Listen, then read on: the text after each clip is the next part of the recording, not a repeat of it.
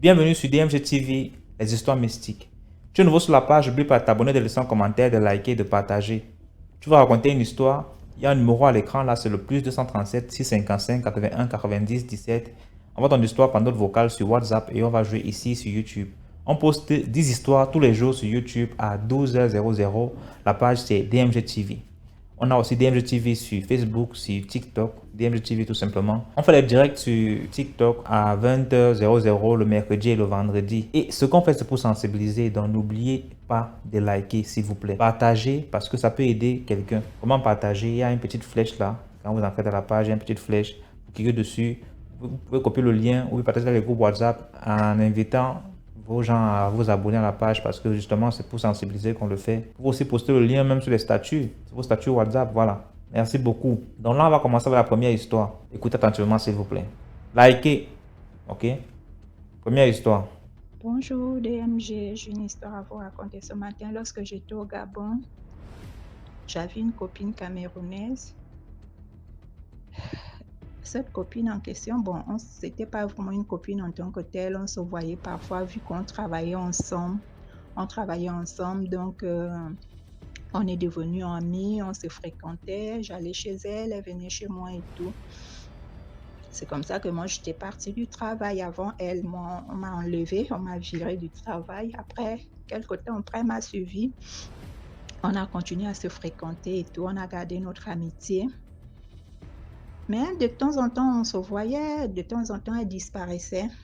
C'est comme ça parce que moi, personnellement, sans forcer, sans aller chez les marabouts, sans faire quoi que ce soit, c'est naturel. Les blancs m'aiment beaucoup. Quand je suis au milieu des blancs, on ne voit que moi. Ça, c'est naturel. C'est naturel. Je n'ai rien fait. Ça, c'est naturel. Donc, moi, je ne savais pas que ma copine en question, elle avait déjà remarqué cela. C'est comme ça, une fois, on est allé en boîte. Quand j'étais encore au Gabon, on est allé en boîte au Gabon. On est allé au Cotton Club. Lorsqu'on est allé au Cotton Club, oh, cette soirée-là, c'était rempli des blancs, rempli des blancs. C'est comme ça que je me suis rendue dans les vestiaires pour me soulager. Elle m'a suivie. Elle avait une petite paire de ciseaux. Elle avait une petite paire de ciseaux. Je lui ai dit, mais qu'est-ce que tu fais avec cette petite paire de ciseaux? Elle me dit, oh non, j'ai envie de couper les cheveux du blanc. Si toi, tu peux prendre cette petite paire de ciseaux, comme les blancs, les blancs t'aiment bien, tu as un contact facile avec les blancs et tout. Donc, si tu peux couper les cheveux de un blanc, et puis tu gardes ça, je connais une dame là, on va aller là-bas, elle va nous faire les médicaments, tout ça. Pourquoi? Qu'est-ce que d'autres filles qui ont des blancs, qui sont mariées avec des blancs ont plus que nous? Nous aussi, on mérite d'avoir des blancs. Je lui ai dit qu'en tout cas, ce que tu veux faire là, c'est pas prudent. Moi, ça me dit pas. C'est comme ça qu'on a pris les photos dans la nuit, on a groové. Après, moi, j'étais fatiguée, je suis rentrée. Quand je rentre, elle m'appelle. Tu as pu avoir ce que je t'ai dit. Je t'ai dit que je connais une maman là. On irait là-bas et tout. Vu que moi, en grandissant, je suis vraiment très, très, très, très méfiante et très, très, très prudente. Parce que je suis une personne, c'est rare des personnes qui m'aiment sincèrement. Souvent, c'est plus l'hypocrisie, le mensonge. Donc, c'est vraiment rare qu'on m'aime vraiment. Et moi, depuis toute jeune, maman m'a toujours interdit. Ma maman m'a toujours interdit d'avoir des copines. Elle me dit que je ne veux pas entendre que tu as des copines. Toutes mes petites sœurs ont des copines sauf moi, donc j'ai grandi comme ça. J'ai 33 ans aujourd'hui, j'ai grandi comme ça. Je suis toujours dans mon coin, je suis toujours seule dans mon coin. Je n'ai pas de copines. C'est comme ça lorsqu'elle me dit non, tu as pu avoir, machin, on va aller chez la maman là et tout. C'est comme ça que je l'ai sorti un problème. Je lui ai dit que non, on n'essaye même pas de faire ce que tu as envie de faire là parce que j'ai fait un rêve sur toi, là où tu allais, tu étais dans un hôtel avec un blanc et tu voulais couper ses cheveux. Et le blanc s'est réveillé, il s'est dit que tu voulais le tuer, il a appelé la police et on t'a enfermé. Après cela, je suis restée là, j'ai commencé à réfléchir. J'ai dit, mais attends, comment est-ce qu'elle va m'emmener? Bon, moi, je vous dis que moi, les choses des marabouts, déjà, moi, ça m'intéresse pas. Ça m'intéresse pas du tout. Ah non, du tout. Déjà, je suis chrétienne, donc les choses de marabout, ça m'intéresse pas. Et c'est comme ça. Et lorsque je voyais cette fille, je voyais quand même que c'est une fille qui fétichait beaucoup. Donc, elle avait déjà vu ce que j'ai en moi. Elle voulait prendre ça. Elle voulait qu'on aille chez la maman. Là, dès que je coupe les cheveux du blond, je lui donne. Et ils vont aller renverser les étoiles là-bas. Moi, je lui ai dit que pour moi, je lui ai dit que moi, les blancs qui me suivent, les blancs qui m'aiment, j'ai un contact facile avec les blancs. C'est naturel. Et ma maman m'avait interdit ma maman m'avait interdit d'avoir des copines parce que j'ai ma tante, la petite sœur de ma mère, qui était mariée officiellement avec un blanc, que sa copine avait empoisonné pour prendre son blanc. Ma tante en question, elle est décédée. Et ma maman a dit non, elle me voit avec la même étoile que ma tante, donc elle ne veut pas que j'ai des copines parce que je risque de finir comme ma tante. Donc j'ai toujours grandi seule jusqu'à j'ai maintenant 33 ans. J'ai toujours grandi seule, j'ai toujours été seule dans mon coin, là où il y a beaucoup de filles, machin, tout ça. Moi, je suis pas là. Je suis pas là. En fait, je suis très, très, très méfiante, très, très, très méfiante. Donc, c'est un peu ça. C'est aussi pour dire à mes sœurs de faire vraiment attention aux copines, de faire vraiment attention aux copines. Donc, c'est un peu ça. Se méfier des copines, faire attention aux copines. Et moi, je trouve que je suis seule, je me sens très, très bien, je me sens beaucoup mieux. Je suis seule, je me sens bien. Donc, c'est un peu ça, mon histoire. Donc, elle a voulu m'amener chez le marabout pour renverser mon étoile, pour renverser mes chances, parce qu'elle avait déjà remarqué ce que j'ai en moi. Parce que chaque fois qu'elle et moi, on était souvent ensemble, même lorsqu'on sortait du travail, on entrait d'attendre le taxi pour rentrer à la maison, les voitures garées, c'était des blancs. Quand on appelle, elle commence à dire moi, moi. Après, le blanc dit non, l'autre. Donc, elle avait déjà remarqué ça plusieurs fois. Et par la grâce de Dieu, vraiment par la grâce de Dieu, j'ai toujours été méfiante et j'ai vraiment réfléchi à son sujet. J'ai dit non, non, ça c'est pas clair. Pourquoi c'est elle qui connaît une maman? Je sais que qu'est-ce qu'elle allait dire à cette maman Ganga là. Si elle vient me donner une paire de ciseaux pour couper les cheveux des blancs, ça veut dire qu'elle était déjà allée voir la maman là avant. La maman là lui a dit il faut lui donner les ciseaux, elle va couper, elle te donne et puis il faut l'amener ici elle-même. C'est comme ça que moi j'avais réfléchi et j'ai coupé tous les ponts avec elle. J'ai vraiment coupé tous les ponts avec elle. Et nous sommes perdus de vue jusqu'à j'ai voyagé. Je suis partie du Gabon, je ne l'avais plus revu. Voilà, c'était ça mon témoignage. Merci beaucoup pour cette histoire. Maintenant, on passe à la deuxième histoire. Deuxième histoire. Bonjour tout le monde, bonjour DMG. J'ai découvert ta chaîne il y a de cela, je pense, 3 semaines et c'est devenu comme de la drogue pour moi. Je suis tout le temps scotché. Même quand je suis dans mon salon, à la maison, dans ma boutique, c'est DMG qui est sur la télé. Je veux parler d'une histoire. J'ai beaucoup d'histoires, mais je commence d'abord par la première. Ce qui m'est arrivé ici, parce que moi, j'ai vu aux États-Unis. Cela s'est passé en 2017. Oui, je devais quitter la ville où j'étais avant. J'aimerais taire les noms pour une autre ville, là où je travaille, parce que c'était à 1 heure de là où je vivais était à 1 heure de mon travail. Quand j'ai déménagé, mais j'avais quand même laissé mes frères dans l'ancienne ville où j'étais.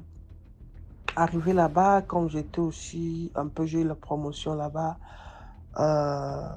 Vraiment, je gagnais bien la vie et en 2017, je me suis acheté une nouvelle voiture, c'était la Hammer H3. Et il y avait une fête dans l'ancienne ville où j'étais et la dame avait insisté vraiment qu'il faut que je vienne. Et comme j'avais eu un peu de promotion, j'étais chef d'équipe, donc j'avais un peu plus de responsabilités qu'avant. Donc je devais arriver 1 heure avant tout le monde et partir à la maison 1 ou 2 heures du temps après tout le travail. Donc je devais make sure Donc, je devais tout vérifier avant de repartir à la maison, si le travail est bien fait, si on a tout nettoyé, en tout cas de mettre tout à l'ordre. So, c'était un samedi, je devais travailler. J'ai dit à mon ex-mari, bon, comme on insistait, je vais au travail, mais je reviens tôt, comme ça nous irons à la fête. Arrivé à la fête, bon, comme c'était vers 18h ou 17h ici aux États-Unis, moi je suis une Congolaise et c'était, je pense, 23h ou minuit au Congo. Du coup, mon papa rêvait dans la nuit, il avait vu l'antilope marron, sa peau était un peu, comment dirais-je, un peu jaunâtre, la couleur de ce poil. So, l'antilope venait guetter devant notre portail. Il est venu pour la première fois, il a guetté, il est reparti. Il est venu pour la deuxième fois, il a guetté, il est reparti. Et quand il est venu pour la troisième fois, mon papa l'a vu et il a envoyé des garçons dans ses rêves attraper cet animal-là, ne le laissez pas. Ils ont poursuivi l'animal et l'animal s'est jeté dans, parce qu'il y avait une rivière, il y a une rivière à côté de notre maison. L'animal s'est jeté dans l'eau, mais c'est comme s'il y a un couteau qui était dans l'eau, qui a poignardé l'animal et il est mort. Du coup, ici aussi, quand nous sommes arrivés à la fête, les gens ont vu, oh, elle a acheté une nouvelle voiture, là, ah merde, la voiture se coûte cher, blablabla. Les gens ont commencé à parler, ils ont entouré ma voiture, oh, il faut arroser, ceci, cela. Bon, j'ai rigolé, bon, je me suis dit, c'est l'ambiance de la fête. La fête est finie, comme j'avais laissé mes frères dans l'ancienne ville, et mon ex-mari a dit, au lieu de conduire 1 heure dans la nuit, nous sommes tous fatigués, c'est mieux de dormir ici, et on repart le matin, on repart demain. Le lendemain, je me suis réveillée, j'ai fait un peu de nettoyage dans la maison de mes frères. J'ai fait la cuisine comme c'était des garçons. Et vers 16h, 17h, je repars. 17h, oui, parce que là, il était minuit chez nous au Congo. So, on repartait à la maison. C'est comme si j'ai somnolé un peu. C'est mon ex qui conduisait. J'entends seulement, il dit, hey, hey, hey. Quand il a dit, hey, 3 fois, j'ai ouvert mes yeux. Parce qu'on roulait à 100 par heure. Parce qu'on était sur l'autoroute. Mes enfants étaient derrière nous, nous étions devant. Quand j'ai ouvert mes yeux, maintenant, mon ex voulait dévier l'animal. Bon, à ce temps-là, moi, je l'appelais papa. J'ai dit, Daddy, ne dévie pas, Daddy, cogne. Il dit, non, Daddy, il faut cogner. Il me dit, on a maintenant commencé à se chamailler. Il me dit, non, si tu pars à côté, on va faire un tonneau, on va mourir avec les enfants. Daddy, cogne. Maintenant, il cherchait maintenant à dévier. On a commencé maintenant à discuter. J'ai dit, Daddy, tu ne passes pas, il faut cogner. C'est là maintenant, il cogne l'animal. Quand il a cogné l'animal, ses cornes ont percé le, comment on appelle ça, carburateur ou tank. Parce qu'il y avait une liquide qui avait coulé. On ne pouvait plus démarrer la voiture. Donc dès qu'on démarre, la voiture chauffe. Dès qu'on démarre, la voiture chauffe. On a cogné l'animal, l'animal est mort sur place. C'est là qu'on a déplacé maintenant l'animal, on a appelé la police, parce que ça, il faut faire un rapport à la police. Et comme on ne pouvait plus conduire la voiture, on devait chercher maintenant un endroit, garer la voiture et puis repartir. La voiture que je venais d'acheter, il n'y a même pas 2 semaines. C'est là maintenant que j'appelle mon papa, je me mets à... Parce que moi, mon papa, c'était mon meilleur ami. J'appelle mon papa. Je me mets à pleurer, papa, mon argent, ici la vie est difficile, papa, je souffre, papa, mon argent. Papa dit, mais ton argent a fait quoi? Je dis, papa, la voiture que j'avais achetée, je t'avais envoyé la photo, je viens de faire un accident très grave, j'ai failli mourir avec les enfants, mais Dieu merci, nous ne sommes pas morts. C'est l'animal qui est mort. Papa me dit, attends. Mon papa maintenant m'a décrit, alors qu'il est au Congo, mon papa m'a décrit l'animal qu'il a vu dans le rêve. Je dis, papa, oui. Mon papa maintenant me dit, est-ce qu'il n'y a pas même ce poil qui sont collés sur la voiture? Je dis, papa, je vais vérifier. C'est là qu'on a vérifié, effectivement, il y avait ces poils. Mon papa dit, prends ce poil-là, mets ça dans un plastique. Quand tu arrives à la maison, allume le feu ardent, brûle. En brûlant ça, il faut parler. J'ai dit, ok, papa, il n'y a pas de problème. J'ai pris maintenant le poêle qui était collé dans la voiture. Je suis parti avec chez moi à la maison. J'ai allumé le feu. Je mis maintenant le poêle là. Je pleurais. J'ai dit, mon argent, moi, c'est ma sueur. Toi, tu veux me tuer, moi et mes enfants. Nous t'avons fait quoi? Vraiment, je fais les retours, le bac to sender, les retours à l'expéditeur. J'ai fini. Ils sont venus, ils ont towé la voiture pour amener ça là. Ils vont réparer. Je ne sais pas comment on dit towé ça en français. Ils devaient amener ça maintenant là où on devait réparer la voiture. On a réparé la voiture.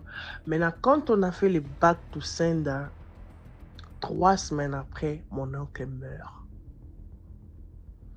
On dit quand il est mort, il avait mon nom. Il ne parlait que de moi. Il ne faisait que citer mon nom de sa bouche. Quand mon père me dit, il dit, n'ayez pas peur. N'ayez pas peur, c'est déjà passé. Donc, pour dire que non, mon petit conseil est que même si nous sommes ici chez les Blancs, nous sommes loin de nos familles, il faut toujours prier parce qu'il y a leurs yeux, comme ce sont des yeux spirituels, ils sont toujours braqués derrière nous, comme nous avons leur sang. Maintenant, pour les aveugler, il faut beaucoup prier. Comme ma maman, c'était une femme vraiment de prière. Elle priait tout le temps pour moi. Elle priait tout le temps pour moi, mon papa aussi. Moi-même, malgré mes distractions, au moins avant de sortir, je priais. Avant de monter sur mon lit, je priais. Donc, c'était ça, mon histoire. Merci. Merci beaucoup pour l'histoire. Et là, on va passer à la troisième histoire. Bonjour DMG. Bon, je voulais te raconter un peu ce que nous, on a vécu. Et c'est qu'on vit. Ma mère s'est mariée à mon papa, lui étant déjà dans la secte.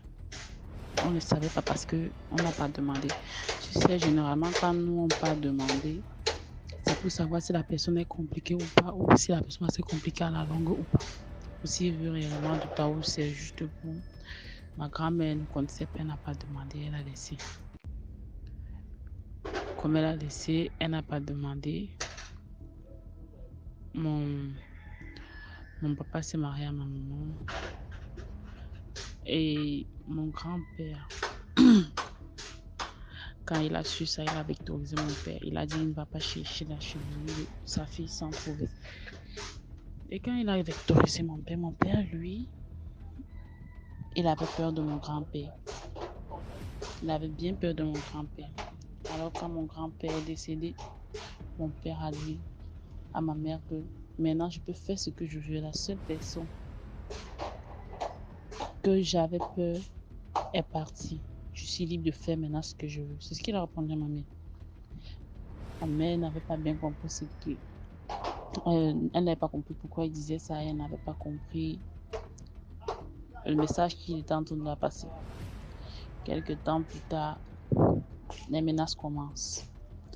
Mon papa fait souffrir ma mère. Ma mère a si bien souffert. Et il y a un truc aussi que j'aimerais rappeler. Ne jamais prendre la totalité de la dot d'une fille.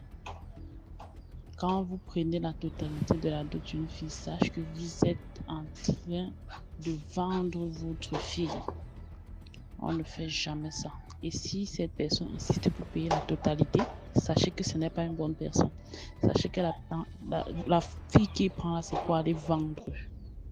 C'est son commerce. Ce n'est pas une fille qui prend pour rester avec elle pour toute la vie. Donc faites très attention sur ça. On ne prend jamais la totalité de la dot d'une fille. Parce que si mon grand-père avait pris pour ma mère, c'est qu'aujourd'hui ma mère n'est plus. Alors, mon père a commencé les menaces. Après, il a lancé une maladie, mais c'est quand ma mère qui est tombée gravement malade. Et quand elle était gravement malade, lui nous interdisait, elle allait au village. Lui nous interdisait d'aller manger chez le voisin. Il ne nous donnait pas à manger. On se débrouillait, on partait et puis on rentrait, on me disait pas parfois qu'on part comme ça. Il rentre, il dit que je sais que vous êtes parti sur terre parce qu'il vous a demandé de partir. Que ce soit la dernière fois, il nous arrête, il nous frappe, il nous frappe, il nous frappe, il nous frappe, il nous frappe. Que comme ça, que comme ça. Ma mère, elle est morte au village. C'était chaud. Elle est même morte avant de ressusciter. Si elle est là maintenant, c'est par la grâce de Dieu. Ses intestins tout pourris. Il dit bien tout pourris. Elle était couchée pendant 1 an. Elle ne mangeait pas, elle ne buvait pas. On a remplacé avec ses tuyaux, avec les tuyaux. Je lui dis beaucoup merci au docteur qui l'avait soigné. Lui-même, il ne savait pas qu'elle devait vivre. Quand il a vu, il a dit tu es grand. C'est Dieu qui t'a fait être comme tu es aujourd'hui. Sinon, il y a des cas comme ça, rares sont ceux qui survivent. Alors, quand ma mère est venue, mon père, lui, et ma petite soeur, la dernière, elle était chez ma grand-mère paternelle. Elle tombait malade et elle a eu le beriberi. Mon père est venu m'en dire que ma petite soeur était chez mon oncle, ma grand-mère, ma maternelle, et puis elle est tombée malade. Nous sommes restés là. Quand ma mère est venue, on a dit ça. Et quand mon père restait avec nous, qu'est-ce qu'il nous disait? Il disait, quand je vais prendre la deuxième femme, vous pleurez, vous n'avez pas encore vu quelque chose, vous allez voir. C'est ce qu'il nous disait. Quand je vais prendre la deuxième femme, vous allez voir. Attendez. Vous ne souffrez même pas encore. Attendez. C'est pour ça qu'il nous répondait oui. Nous, on restait là, on ne parlait pas. Quand ma mère on a dit Dieu merci, nous sommes restés jusqu'à ce qu'il est décédé. Parce que quand il est décédé, quand la dernière, elle a même d'abord née, c'était soit lui qui, quand elle est née, ça devait normalement sortir un garçon. Si ça sortait un garçon, ma mère devait mourir. Mais comme c'est sorti, on a fait le test, c'est sorti un garçon. Mon père, lui, savait que ça devait être un garçon. Et si ça sortait une fille, c'est mon père qui partait. Quand ça s'est sorti une fille, oh, les problèmes ont encore augmenté dans le foyer de ma mère. Et la fille, et après, ma mère est maintenant allée au village comme elle est tombée malade parce qu'il a maintenant fait une autre tentative de meurtre. Ça n'a pas marché. Quand ma mère rentre maintenant, mon père tombe encore gravement malade.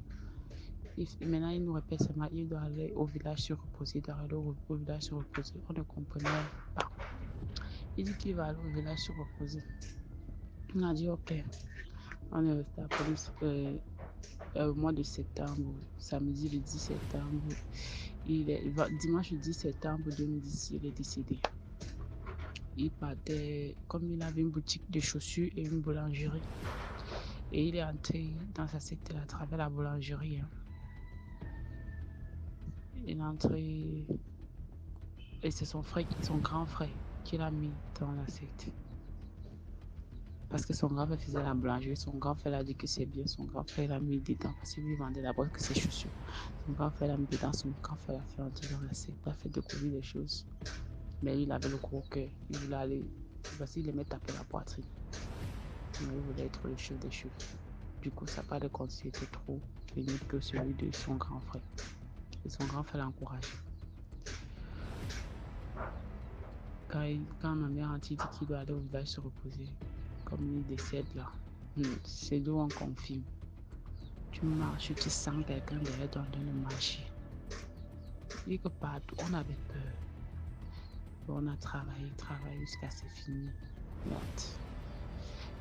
Chaque année maintenant, on tombait malade comme si, je ne sais pas, on se sentait toujours menacé. On prie, on travaille, rien. Jusqu'à présent, hier que je vous parle, il est là, il est ce qui nous fait subir. Seigneur Jésus. Seigneur Jésus.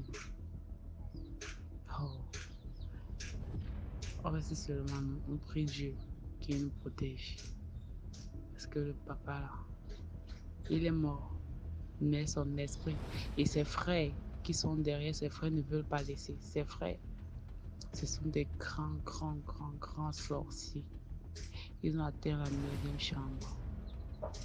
Ils boivent même du sang humain en journée. Donc, ils sont capables de manger la chair. Chez eux, nous, on ne part même plus au village. Et quand on va au village, on ne passe même pas sur la maison, là, le côté là. On évite. C'est la manière qu'ils ont nommé autrement. Ils nous ont beaucoup tenté. Oh, on a combattu avec eux. Merde. Je dis, la manière. Ils ont pris les biens, on les a laissés. Il y avait un terrain avec une maison. Ils ont pris, on les a laissés. La boulangerie, on les a laissés. Les terrains, on les a laissés. Mais ils disent qu'ils ne veulent pas nous voir grandir. Ils ne veulent pas nous voir progresser. Ils ont gâté mon frère. Mon frère, c'est même avec beaucoup de chance qu'il est devenu ce qu'il est devenu. Moi, ils m'ont gâté. Par la grâce de Dieu, je suis comme je suis maintenant, debout. Mais jusqu'à là, ils ont nous fait mal. Moi, j'ai perdu tout contact avec eux. Parce qu'ils sont dangereux. Je suis en rien. Ils sont très rusés. Et ce sont des démons en personne. Mon oncle, lui, dans sa maison qu'il a construite au nom. Dans sa maison, il y a des esclaves dedans. Il a enchaîné les enfants des gens, les bébés qui sont dans les ventres des gens. Comme les femmes rient n'importe comment avec n'importe qui sans se protéger. Je dis sans se protéger du genre où elle est enceinte, mais avant de sortir, elle ne lance même pas une jupe dans le sac, le sel, rien. Il enlève les bêtises, il enlève. Et puis il peut emprisonner, il a une chambre là, on entre, personne n'entre là-bas, sauf certains Indiens. Il y a parfois les Indiens qui viennent. Ce sont seulement les Indiens avec certains voyageurs qui dorment dans la chambre là. Ils passent toute la nuit dans la chambre ensemble. Après le lendemain, ces gens repartent. Il y a des gens qui sortent un peu de partout du monde, qui viennent, ils entrent dans la chambre, ils font les réunions et puis ils repartent. Oh. Et que si tu entres là-bas, tu es quelqu'un qui est éveillé. Tu vas voir les âmes des gens, des enfants qui pleurent. Toi-même, tu vas couler les larmes. La maison de mon oncle au village, quand j'ai regardé ça, je n'aime pas partir là-bas. Parce que quand je regarde avec les yeux, je vois que le sang. Le sang. Je suis éveillée du côté mystique parce que j'ai grandi dans ça. Du coup, quand je vois certaines choses, j'imagine, je vois, je comprends. Et aussi, si je pars dans un endroit qui est trop compliqué, où on a versé du sang, je vais connaître. Il y a les présences et certaines manifestations qui ont me fait connaître. Et je voulais dire aux jeunes de faire très attention parce que le Dieu est gâté. Les gens sont mauvais. Peu importe que ce soit ton frère, ta soeur, peu importe la personne. Tout le monde est mauvais. Méfie-toi, prie beaucoup. Prie beaucoup parce que tes pas du nous devront pas être comme nous sommes aujourd'hui. Avec tout ce que je vois, on a parcouru. Et tout ce qui arrive et tout ce qui est derrière encore qui vient. Merci. Que le Seigneur nous garde. Voilà ma petite histoire. Merci beaucoup pour l'histoire. Avant de passer à la quatrième histoire, je tiens d'abord à remercier tous ceux qui ont l'habitude d'envoyer les cadeaux sur YouTube. Ici, là, je vais rapidement citer quelques noms. Bon, les noms. On a Wafa, on a Vanny de Guyane, on a Myriam Bakayoko, on a 777 le Phoenix, on a Laure A, on a Olivia Joy, on a Alima, on a Abisoro, on a Edmond Gua, on a Francine Kofi,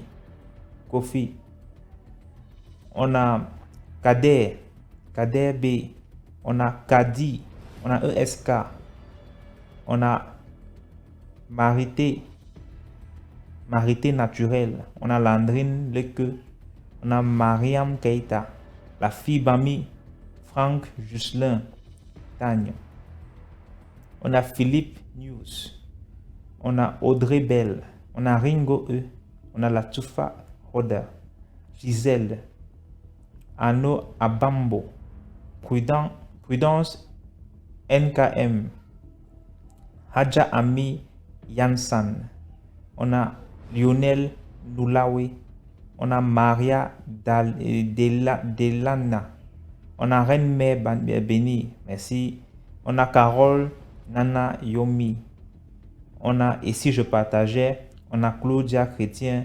Voilà, merci beaucoup la team des donateurs là, c'est important, les cadeaux, vraiment. Hein? On passe rapidement à la quatrième histoire, sans plus tarder. Hein? Quatrième histoire. Bonsoir DMC. Bon, j'ai une histoire à raconter là. Bon, l'histoire qui se pose, il y avait un temps que je suis sortie de mon foyer, j'avais un enfant. Bon, je disais que je voulais entrer dans le monde de bordenerie. Bon. Me voilà un temps en Gaoundéry, je suis rentrée à la maison familiale. J'avais une fille qui avait 1 an et demi. En voilà avec la galère. Tu sais que quand tu sors du mariage, que tu n'as pas l'argent, bon, tu dis que tu vas essayer quelque chose, même comme le commerce. Le commerce, là, j'ai commencé d'abord un petit commerce, comme vendre les beignets, ça ne donnait pas. Bon. J'avais une copine là, elle me dit que bon, il y a un monde là qui donne l'argent. Quand tu sors là, tu te croises avec les grandes personnes, on te donne l'argent, comment. Bon, me voilà qui la suit donc derrière, avec l'histoire de copinage là. Je la suis. Bon, on part au niveau de Joli Soir. On part là-bas. Il y a une femme là qui brasse au poisson. On reste là-bas. Environ vers... On a traîné jusqu'à 23h. Je lui dis que maman, ça ne paye pas, c'est mieux qu'on rentre. On se met donc, on dit qu'on finit de manger le poisson chez la femme là, à Joli Soir, devant un bar là. On finit de manger donc le poisson. On fait les 100 pas pour qu'on monte au niveau du carrefour de Ala Diapo là. On est en train de faire les 100 pas. En voilà une voiture qui freine. La voiture là, une grosse voiture noire avec les vitres fumées. Arrive là, ils freinent. Ils sont 2 dans la voiture. Bonsoir les demoiselles. On les dit donc bonsoir. Vous partez où? On dit qu'on est en train de rentrer. On dit que ils voulaient parler avec nous. On les a dit ok. Comme tu sais aussi que tu veux aussi entrer dans le domaine que tu ne sais pas, tu acceptes aussi. Ils me disent qu'ils veulent qu'on parte ensemble, qu'on passe la nuit. J'ai dit ok, il n'y a pas de problème. Comme ma copine là, elle dans le monde de la borderie là, c'est depuis elle commence à proposer l'argent. Vous allez nous donner combien? Le monsieur nous dit que comme c'est toi qui as demandé, tu dois alors proposer. Elle dit que ah, bon, on ne peut pas vous dire ce que vous pouvez nous donner, mais on pardonne. Nous voilà donc dans la voiture, nous sommes en train d'aller, nous sommes allés. Il y a un hôtel là vers la gare marchandise. Tel là on a déjà fermé, maintenant c'est devenu une brousse. Nous voilà donc, on arrive à l'hôtel. Les gens là, ils disent qu'on passe la commande à la réception. On prend les jus en attendant qu'on prend les chambres. Bon, nous voilà donc on passe la commande au réceptionniste qu'on nous donne les jus. Bon, nous, tu connais l'histoire entre nous les copines, on commence à chuchoter. J'ai dit à ma copine là elle me dit que bon, tout ce que tu vois là, si on trouve qu'ils ont l'argent là, on vole. On trouve quelque chose, même un fonds de commerce. Parce que l'histoire, au niveau qu'elle voit là, ils ont l'argent. Elle dit que ok, on a quoi à perdre? Ils vont me voir où? Voilà, on boit notre jus. On entre dans les chambres de l'hôtel. Bon, les messieurs entrent dans la chambre parce qu'il y avait 2 chambres divisées. Moi, j'entre dans la mienne et l'autre aussi entre dans la tienne. Bon, ils entrent dans la chambre. En entrant dans la chambre, le monsieur, il dit qu'il veut se doucher. Et ça coïncide qu'en même temps que pour ma copine, me voilà donc j'ouvre la valise et je vois les billets de 10 000. Mais je n'ai jamais vu l'argent comme ça. Une grosse valise. J'ouvre là, je trouve les billets de 10 000. Donc j'ai dit que, mais si je vole même beaucoup d'argent, même je prends le tout qui est en haut là, il ne va même pas connaître. Bon, me voilà qui est en train de soulever l'argent, je vois un gros serpent noir. J'ai commencé à réciter les sourates dans mon cœur. Le monsieur est dans les toilettes. J'ai même eu la peur que pas qu'il sort, même qu'il me trouve. Le pain que j'avais, les chaussures, ni le foulard, j'ai trouvé que ça pesait. Me voilà qui fuit donc. Je prends la course, je suis en train de courir. Je viens, je me tamponne avec ma copine. Je lui demande que c'est comment. Elle me dit non, ma chérie. Histoire-ci là, on ne peut pas parler ça ici là. Il va falloir qu'on parte. Pas qu'on nous trouve même ici là. Les gens là, ils sont dans le femme là. Nous voilà qui sont en train de courir. Je suis en train de courir avec le caleçon. Avec le rouge. Je n'ai même pas le foulard ni le paille. Nous sommes en train de courir. À un moment donné, on se trouve au niveau de Sabongari. Je me pose là, je dis à ma copine, c'est comment? Elle me dit que toi d'abord. Je lui dis que non. Toi d'abord, raconte-moi d'abord l'histoire. Elle me dit que non. Je lui dis d'abord ma part. Je lui ai dit que maman, j'ai ouvert la valise. J'ai trouvé les billets de 10 000. J'ai dit qu'il faut que je vole, je prends aussi ma part. En soulevant le truc, j'ai trouvé un gros serpent. Elle me dit que maman, c'est la même chose qu'elle a aussi trouvé. Nous voilà là, on est en train de dire, hey, Dieu nous a sauvés. Subitement, il y avait le moment là, c'était les petits téléphones, les Motorola là. Je ne sais même pas, on ne les a même pas donné le numéro. Ils nous appellent sur place. Vous avez eu la chance. Sinon là, on devait vous citer dans l'histoire ancienne. J'ai dit que maman, que Dieu me préserve. L'histoire de Baudernelli, les trucs comme ça là, je suis quitté dans ça. C'est comme ça que j'ai dit que moi encore, je n'ai même pas, c'est quelque chose que je voulais commencer et maintenant ça s'arrête comme ça là. Que Dieu me pardonne, que Dieu me regarde. Ah, les filles, faites attention. Avec les trucs qu'on dit qu'on va voler là, on va voler quelque chose. Un jour, on va voler notre vie. Faisons attention. Le dehors est mauvais. Moi, j'ai essayé de faire ça. Mais j'ai trouvé que j'ai failli laisser ma vie là-bas. Que Dieu nous préserve tous et que on arrête. Moi, j'ai suivi la voie de ma copine et j'ai trouvé que c'est une vie qui va te faire perdre la vie. C'est comme ça que j'ai abandonné. L'histoire de dehors, là, je ne suis pas là-bas. L'histoire du vol, là, je ne suis pas là-bas. C'est ça mon histoire. Merci beaucoup pour l'histoire. Là, on passe à la 5e histoire. Alors, monsieur DMG TV, bonsoir.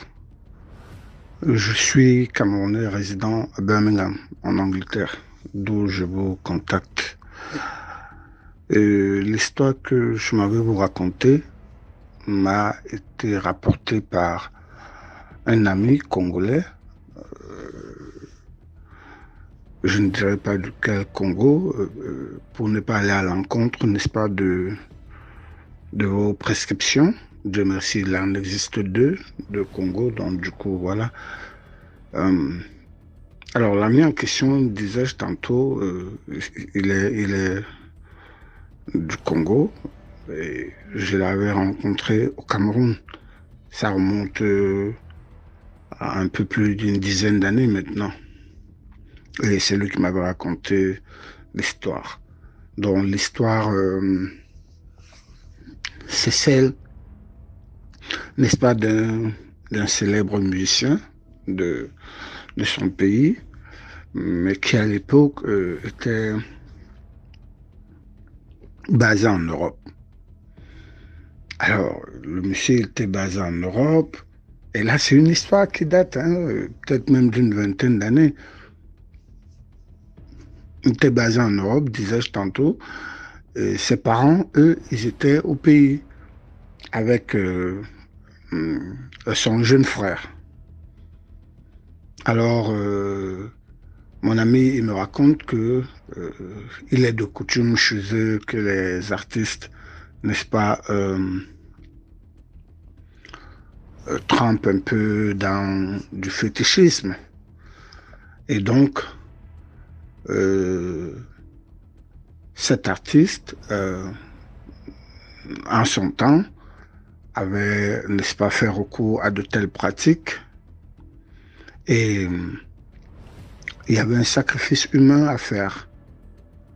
Il y avait un sacrifice humain à faire. Et il avait jeté son dévolu sur un de ses oncles. Alors, comment ça devait se passer?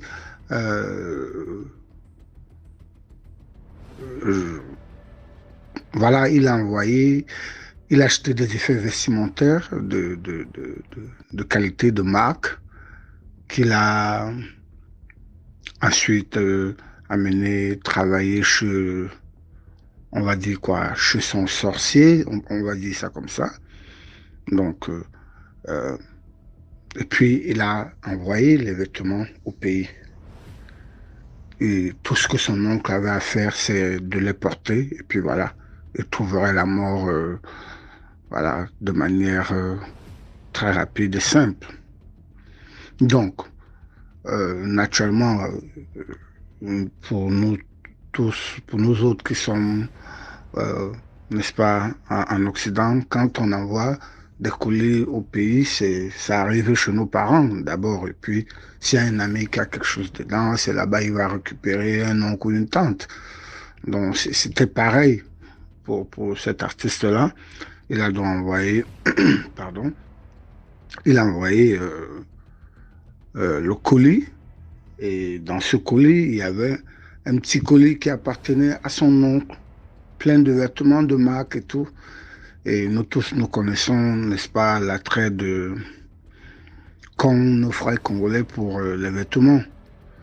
Alors, son jeune frère, il a vu les vêtements qui étaient en quantité vraiment importante, et il n'a pas pu résister à la tentation de ne pas shipper ne serait-ce qu'un vêtement parmi ces vêtements. Il s'est dit, mais tiens, mon grand frère il envoie plein d'habits comme ça à notre oncle, et puis moi j'ai rien dedans, je vais prendre au moins une tenue. Et ce qu'il a fait, et malheureusement pour lui, il s'est empressé à porter ses vêtements avant même que le principal destinataire ne reçoive le reste et qu'il ne les porte. Et donc, forcément, voilà, c'est lui qui a été frappé par la malédiction qui était sur les vêtements. Et il est parti très rapidement et de manière totalement incompréhensible. Et comme tout bon parent africain, voilà, ses parents n'ont pas croisé les bras, ils ont demandé à y voir clair. Et c'est comme ça qu'il leur a été révélé que, voilà, c'est son frère aîné qui a fait cela. Et d'après ce que mon ami me disait, les parents, ils sont promis de lui régler son compte à leur fils aîné. Genre, tu resteras en Occident toute ta vie parce que le jour où tu arrives ici au bled, eh ben, écoute, tu iras suivre ton frère. Et d'après ce que me disait mon ami, cet artiste qui était tellement peiné par la mort de son cadet qu'il aimait beaucoup, a même composé une chanson et qu'il a d'ailleurs sortie dans laquelle il pleure, il interpelle son petit frère, genre, ben, écoute, frangin, mais pourquoi avoir pris ce qui n'était pas à toi? Un seul jour, m'as-tu demandé quelque chose et je t'ai pas donné? Pourquoi c'était pas destiné à toi? Pourquoi? Les parents ne comprendront jamais que je pouvais pas, de manière délibérée, te faire du mal. Pourquoi? Donc, le gars, il était très triste, quoi. Et voilà. Il était mort de tristesse. Et bon, je devrais dire quand même que l'artiste en question, il est toujours en vie au jour d'aujourd'hui. Et il repart même désormais très souvent au pays. Euh, et ça dit que il a demandé pardon à ses parents, il les a expliqués, ils lui ont pardonné, je sais pas, ou alors s'ils sont décédés, je sais pas. Mais toujours est-il que le mec, il est en vie. C'est un très grand artiste, très connu. Alors, la moralité derrière, si jamais c'est une histoire vraie, évidemment, je mets des réserves, je l'ai dit à l'entame, c'est un ami congolais qui m'a rapporté cela. Donc, la moralité derrière, c'est voilà, de dire aux gens, contentons-nous de ce qu'on nous donne. Et des fois, quand on ne nous donne rien,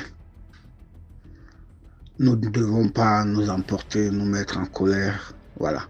Parce que parfois, on vous refuse quelque chose, mais c'est pour vous protéger. Voilà. C'est pour vous protéger. Quand vous ne comprenez pas cela et que voilà, vous vous laissez emporter et malheureusement des conséquences comme celle-là arrivent souvent et c'est simplement dommage. Donc c'est ça la moralité. Écoutez monsieur, merci de l'opportunité et vous avez tous mes encouragements, vous faites un travail mais énorme. Vous-même, je pense même pas que vous avez aidé. Vous avez des enseignements, on apprend, mais chaque jour. Chaque jour. J'apprends que vous avez un compte Facebook. Bon, je suis pas sur Facebook. Du coup, je sais pas trop, mais je suis abonné sur votre chaîne YouTube et puis je suis abonné à vous sur TikTok également. Écoutez, bon courage une fois de plus et bon vent pour la suite. Merci beaucoup pour l'histoire. Maintenant, on va passer à la 6e histoire. Bonsoir DMG et bonsoir à toute la communauté DMG. Je viens ce soir raconter mon histoire et je te dis merci déjà pour tout ce que tu fais, pour l'initiative. Donc c'est mon histoire que je viens raconter ce soir. Il y a de cela déjà plusieurs années en arrière. J'étais encore plus jeune et pendant des vacances, ma maman m'avait envoyé chez une de mes tantes pour aller passer les vacances. Et pendant mon séjour chez ma tante, pendant les vacances, un soir, ma tante nous avait emmenés nous promener. Donc moi et mes cousins, nous étions allés, bien sûr avec notre tante, nous balader, s'amuser, tout ça. Donc, j'avais, je crois, entre 15 et 16 ans par là.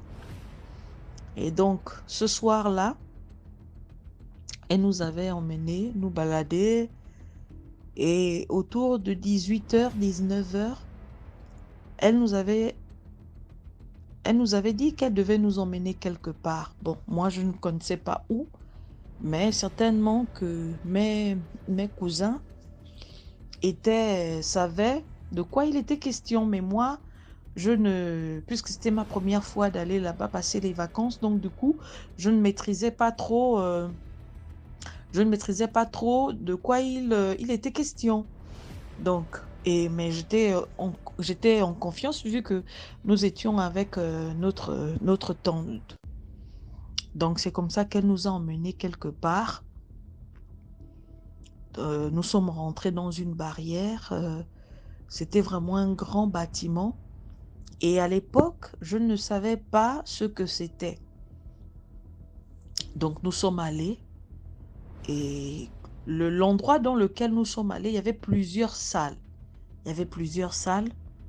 Il y avait une salle pour les enfants de notre âge, donc on va dire quoi, les mineurs. Il y avait une salle également pour les adultes. Donc notre tante nous avait laissé dans la salle des jeunes et elle était allée dans une autre salle avec les grandes personnes. Et c'est comme ça que dans la salle, moi, je ne maîtrisais pas ce qui se passait.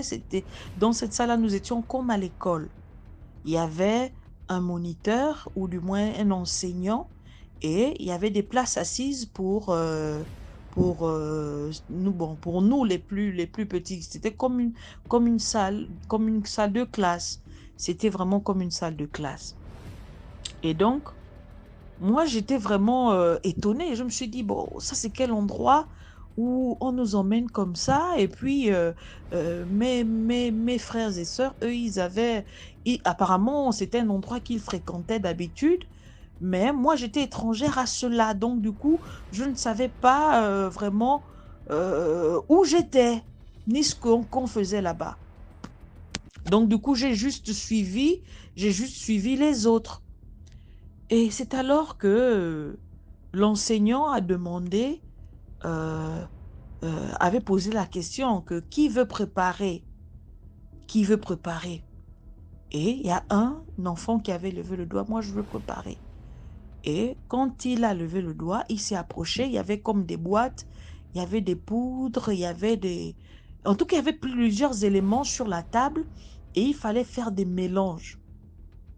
Et c'est comme ça que le petit a commencé à faire des mélanges, des potions, des poudres. Il mélangeait. Et après, le monsieur lui a dit, oui, c'est bien, tu peux repartir t'asseoir. Donc, on a passé peut-être 1 heure ou 2 heures de temps dans cette salle. Et après, nous sommes ressortis. Du moins, on nous a dit que le cours ou la séance était terminée et il fallait sortir. Et quand nous sommes sortis, chez les grandes personnes également, à leur niveau là-bas, ils avaient également terminé et notre tante nous a appelés. Nous sommes allés prendre un petit apéritif. Il y avait des boissons, il y avait des gâteaux, on avait mangé et après on était partis. Donc tout ça, moi je ne savais pas où nous étions, ce que c'était, vraiment je ne savais pas. Donc, c'est un autre jour, donc les vacances sont terminées et plus tard, je suis repartie chez ma mère. Mais sauf que cette expérience vraiment m'avait laissé un peu perplexe. Je me demandais, mais où est-ce qu'on était allé? Cet endroit-là, qu'est-ce que c'était? Où il y avait plusieurs salles, il y avait pour les grands, il y avait pour les petits, mais ce n'était pas l'école. Et la partie également où le monsieur ou l'enseignant nous avait demandé qui veut préparer, il y avait des mélanges de potions, de poudre et tout le reste. Je ne savais pas ce que c'était. Et donc, des années plus tard, je vais apprendre que l'endroit où ma tante nous avait emmenés, que c'était la Rose-Croix. Donc, les pratiques occultes là.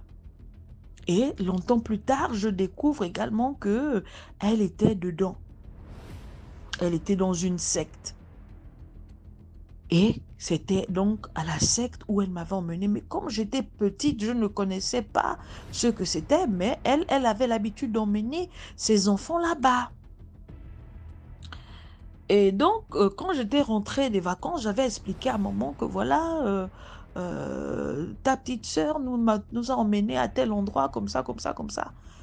Mais moi, je ne savais pas ce que c'était. Donc, quand je découvre ça, donc c'est là où je me rends compte que Ben, ma tante, ma mère, nous m'avons emmené dans un endroit, dans une secte, mais à l'insu de mes parents. À l'insu de mes parents. Et donc, peut-être qu'elle avait l'habitude de le faire. Bon, elle avait l'habitude d'emmener ses enfants, mais moi, j'étais novice là-dedans, je ne connaissais pas. Donc, je vous tenais à raconter mon histoire juste pour faire comprendre aux gens que euh, peu importe votre situation, apprenez à garder vos enfants avec vous. Parce que les endroits où vous envoyez parfois vos enfants, les personnes à qui vous confiez vos enfants, ben, parfois peuvent être source de malheur pour vous ou pour vos enfants. Donc ce jour-là, je ne sais pas, peut-être que j'aurais pu mourir ou bien je ne sais pas, quelque chose aurait pu m'arriver, mais Dieu soit loué que jusqu'à aujourd'hui, je n'ai pas eu de soucis dans, dans ma vie. Mais si j'avais continué là-bas, je ne sais pas où aujourd'hui je serais. Donc, comme pour dire aux gens que vraiment gardez vos enfants avec vous.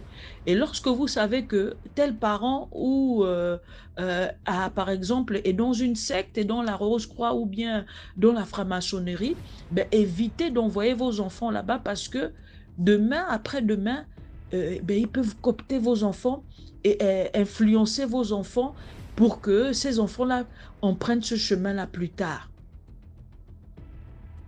Parce que nous savons qu'il y a des gens qui sont devenus parfois réseau-chrétiens ou francs-maçons, parfois à cause de l'influence de l'entourage, des personnes qui les ont influencés et qui se sont finalement donnés à ces pratiques-là. Et après, ils ne savent plus comment en sortir. Et donc, ce jour-là, vraiment, j'étais vraiment étonnée de savoir que c'est comme ça que ça se passe dans cette secte-là, qu'il y a des enfants, il y a des endroits, des salles pour les enfants où on initie les enfants dès le bas âge pour leur montrer ce chemin-là. Donc, merci encore DMG.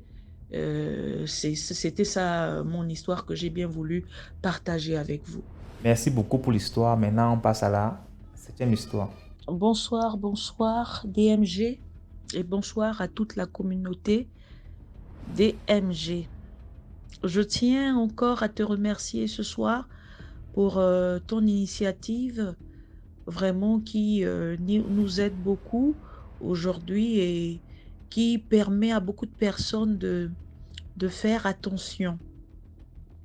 Donc ce soir, je viens raconter mon histoire qui s'est déroulée il y a plusieurs années.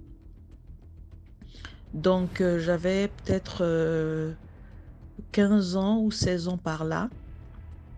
Donc pendant des vacances, ma mère m'avait envoyé chez une de mes tantes pour passer des vacances.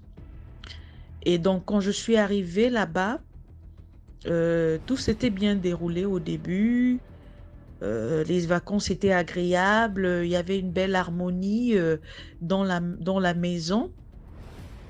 Et c'est comme ça qu'un week-end, ma tante, donc la petite sœur de ma mère, décida de nous emmener faire une petite balade.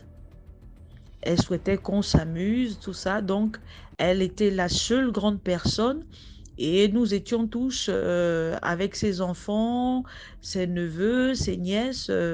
Nous étions, bon, les plus jeunes, elle était la seule adulte. Et c'est comme ça que nous sommes allés à plusieurs endroits manger. On partait d'un endroit à un autre. Vraiment, c'était bien. On s'était bien amusé ce soir-là. Et autour de 18h, 19h, lorsque la nuit a commencé à tomber, elle nous avait dit qu'on devait faire un tour quelque part. Et donc, nous étions allés dans un autre endroit. Mais là, sauf que c'était plus dans des endroits de distraction, c'était maintenant dans une barrière. Donc, on arrive, on nous ouvre le portail. Vraiment, c'était un grand bâtiment. Bon, je me suis dit, est-ce que c'est chez quelqu'un? Est-ce que, mais bon, l'endroit avait l'air un peu sinistre. Il y avait juste des véhicules garés, mais il n'y avait pas de personne dehors. Et lorsque nous sommes arrivés, il y avait plusieurs salles. Dans le bâtiment, il y avait plusieurs salles. Et elle nous avait emmenés dans une autre salle. Elle nous avait dit de rester à cet endroit et qu'elle devait revenir nous chercher plus tard parce qu'elle devait aller dans une autre salle. Et donc, nous étions dans la salle des plus jeunes. On est rentré. C'était comme une salle de classe.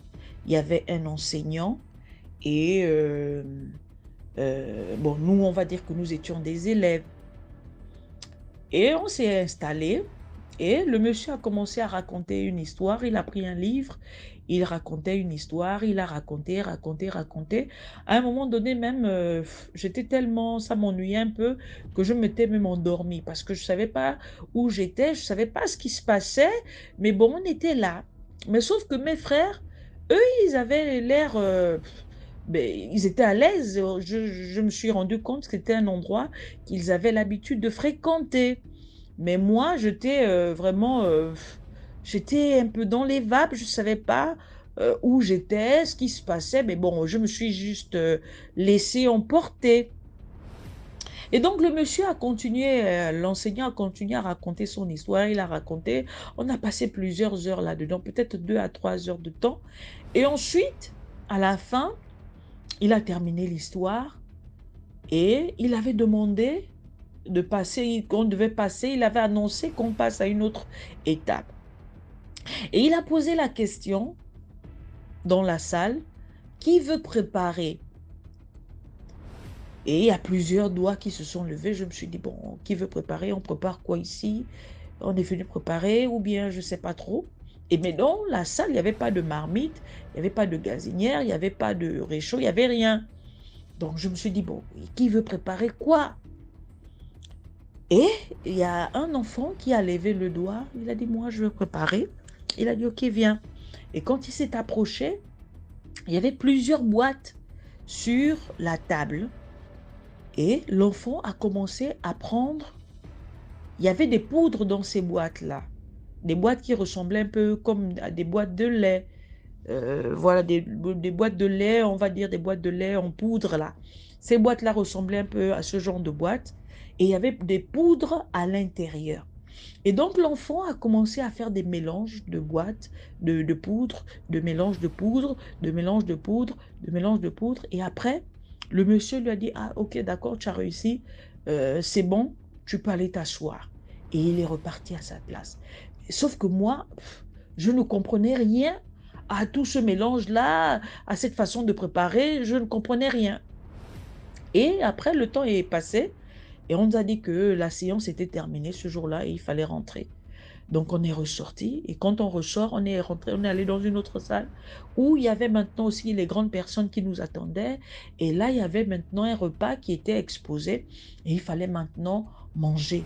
Donc, chacun se servait, chacun prenait un jus, des cacahuètes, voilà. Et après, ma tante nous a dit, bon, on va rentrer. On est allé, on est monté dans la voiture et on est reparti. Donc, mes vacances se sont écoulées et je suis rentrée à la maison.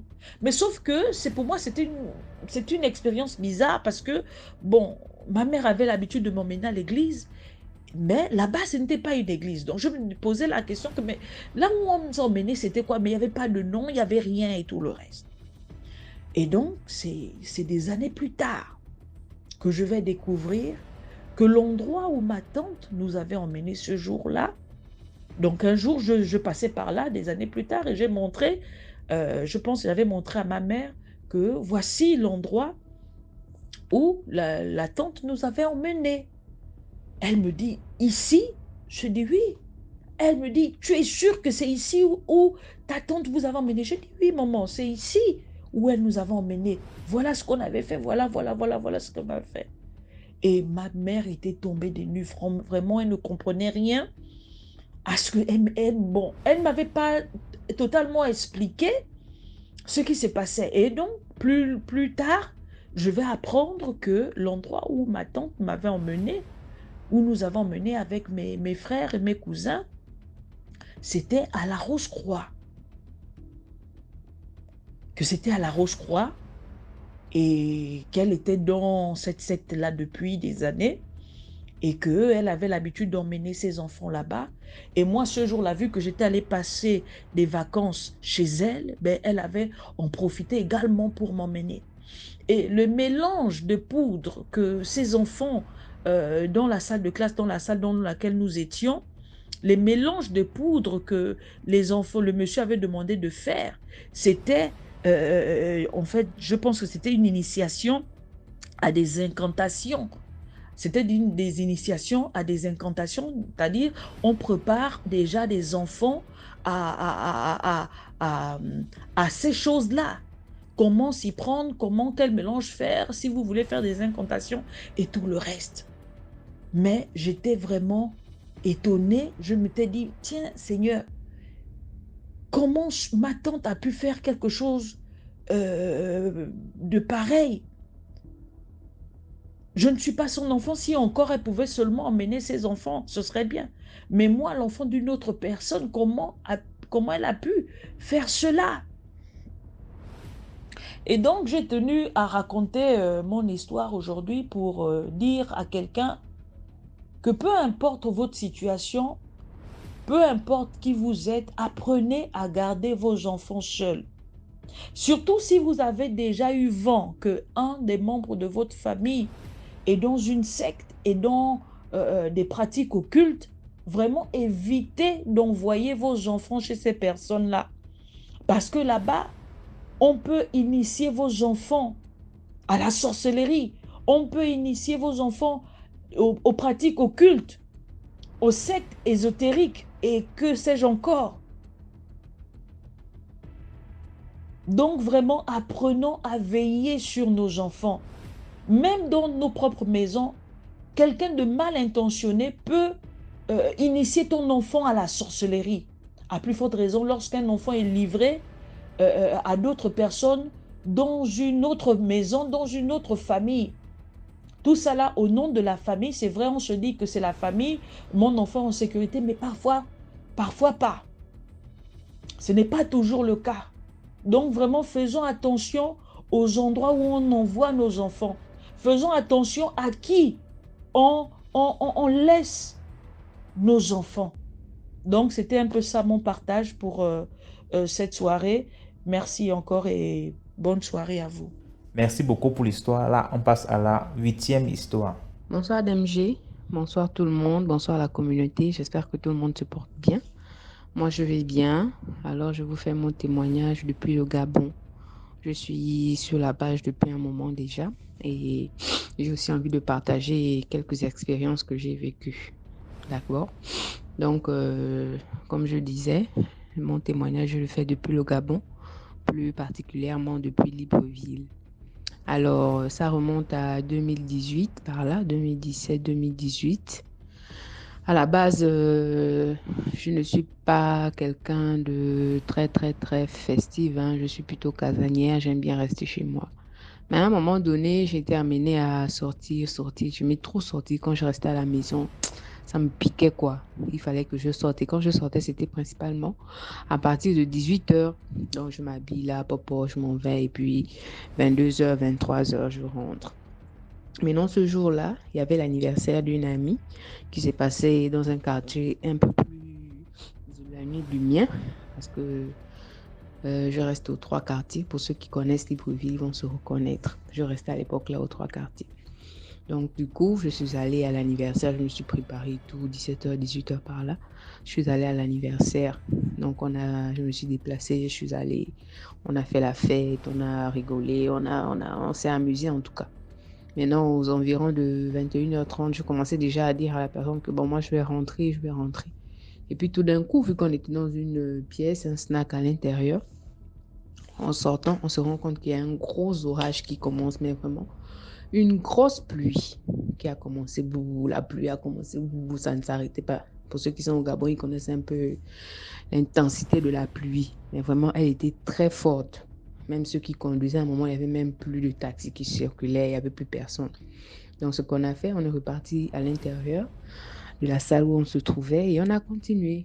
Et la pluie s'est arrêtée quasiment aux environs de minuit 30, 1h moins, en tout cas.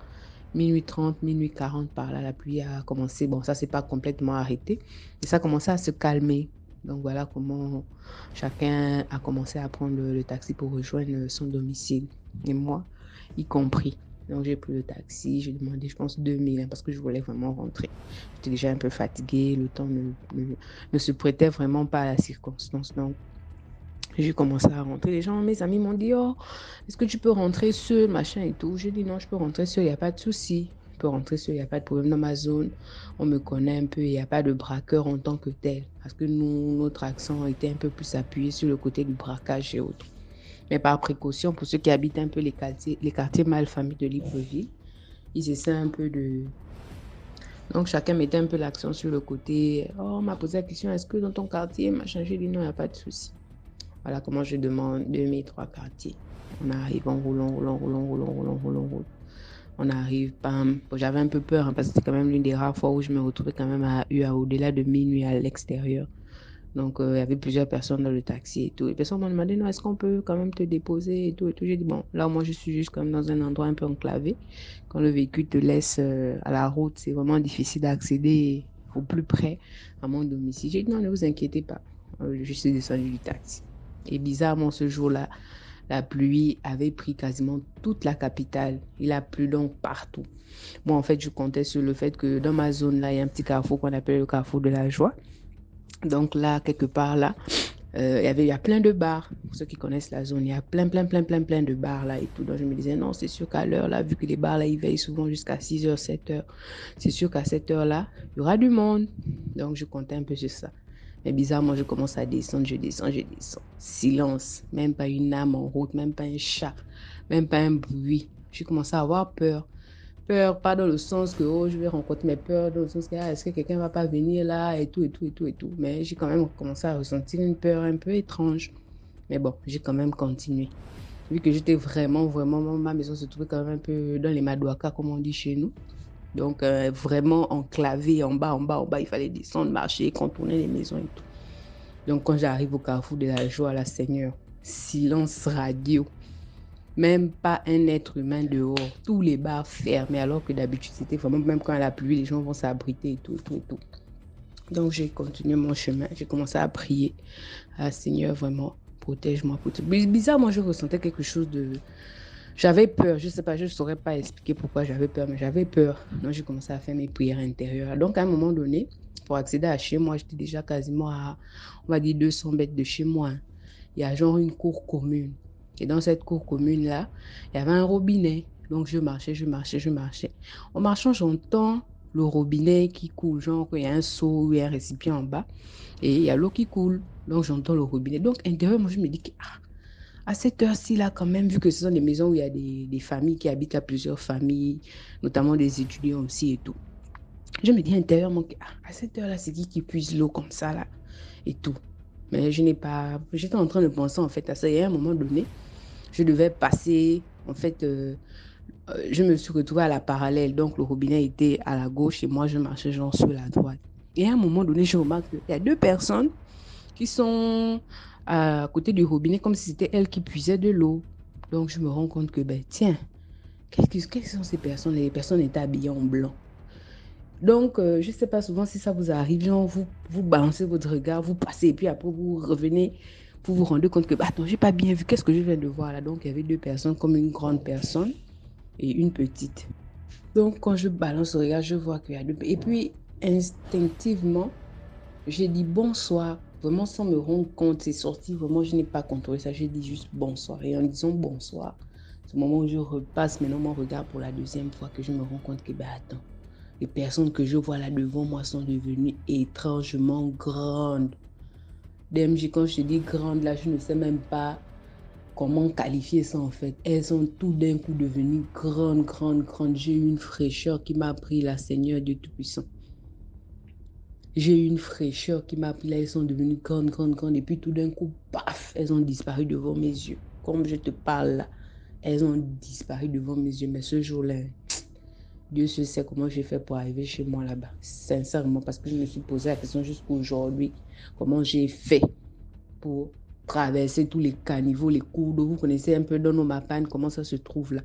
comment j'ai fait pour arriver chez moi. Et quand je suis arrivée chez moi, là, j'ai tambouriné à la porte. Parce que ce jour-là, ma tante, elle, c'était le genre, elle interdisait aux gens de sortir, mais elle n'acceptait pas également qu'on rentrait trop, trop tard. J'ai tambouriné à la porte. Mes soeurs sont venues, c'est comment, machin? Ouvrez-moi la porte, ouvrez-moi la porte, ouvrez-moi la porte.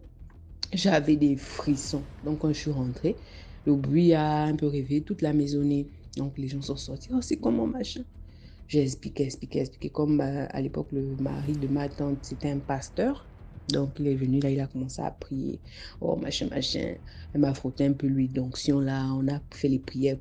Mais vraiment, ce jour-là, je ne sais pas. Je ne saurais expliquer qu'est-ce que j'ai vu ou ce que c'était, machin. Mais j'avais peur d'une manière à tel point que je suis allée même dormir au milieu de mes sœurs. Je suis obligée de leur dire non, venez dormir avec moi. Venez dormir avec moi.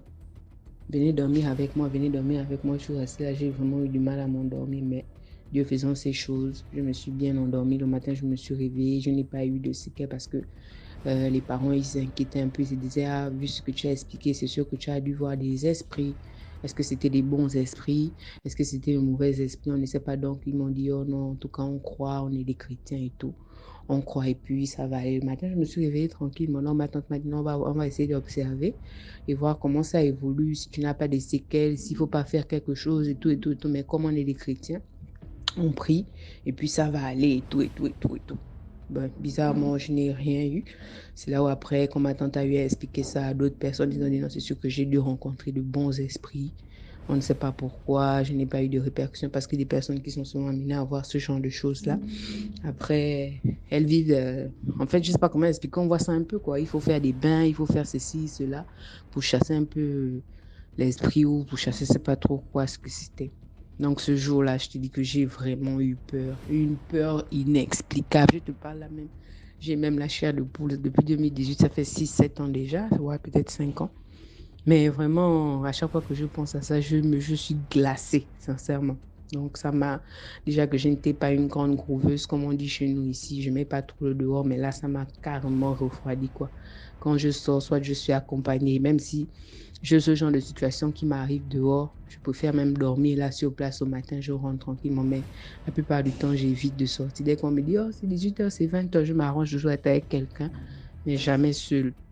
Donc, du coup, il faut vraiment faire attention. Le monde de la nuit, c'est un monde qu'on ne maîtrise pas, c'est un monde bizarre, c'est un monde étrange. Donc, du coup, vraiment attention. Et quand on sort, toujours prier. Vraiment prier pour que Dieu nous protège parce qu'il n'y a que lui qui nous protège là. Tout ce qu'on fait là, on va dire, oh, machin, tant qu'il a décidé que quelque chose ne nous arrivera pas, ça ne nous arrivera pas. Donc voilà, c'était un peu ce que j'avais à partager avec vous. J'espère que ce sera édifiant pour certaines personnes. Et je suis sûre qu'il y en a qui ont vécu peut-être pire que ça. Mais bon, c'est la petite expérience que j'ai voulu partager avec vous. Donc, bonne soirée. Merci de liker et commenter. Merci pour l'histoire, merci pour tout. Liker et commenter. Maintenant, on passe à la 9e histoire. Bonjour DMG. Je te remercie et beaucoup de courage pour tout ce que tu fais pour la communauté. Et tu aides beaucoup les gens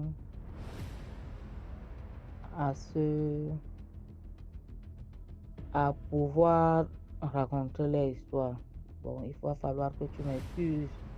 Bon, je ne parle pas trop français, plutôt le fulfulde, mais je vais un peu essayer de me débrouiller. Bon. L'histoire qui se pose, bon, c'était au niveau de ma feu maman. Bon,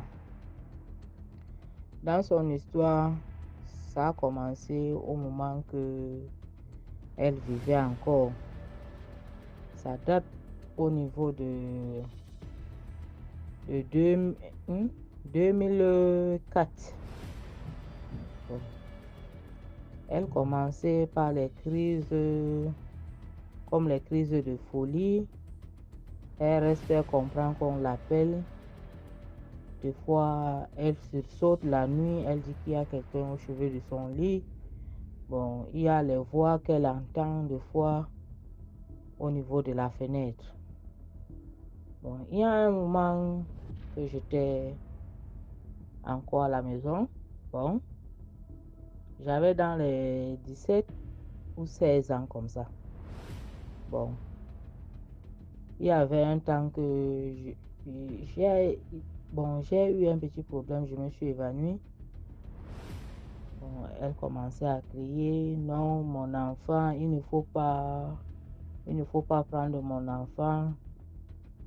Ce que vous faites là, on se connaît tout, mais je ne suis pas dans vos histoires de sorcellerie. En disant comme ça, le truc m'a relâché. Bon, j'ai compris quelque chose qui était... Au moment que j'étais tombée, j'ai compris quelque chose qui était en train de m'étrangler. Je ne parvenais même pas à respirer. Bon. Quand ça m'a relâché, elle a parlé, ça m'a relâché. Il y a les moments qu'on trouve que la nuit, quand on dort, le matin comme ça, quand on ouvre la porte, comme c'était elle qui avait l'habitude d'ouvrir la porte, elle sortait vers 5h, 4h50.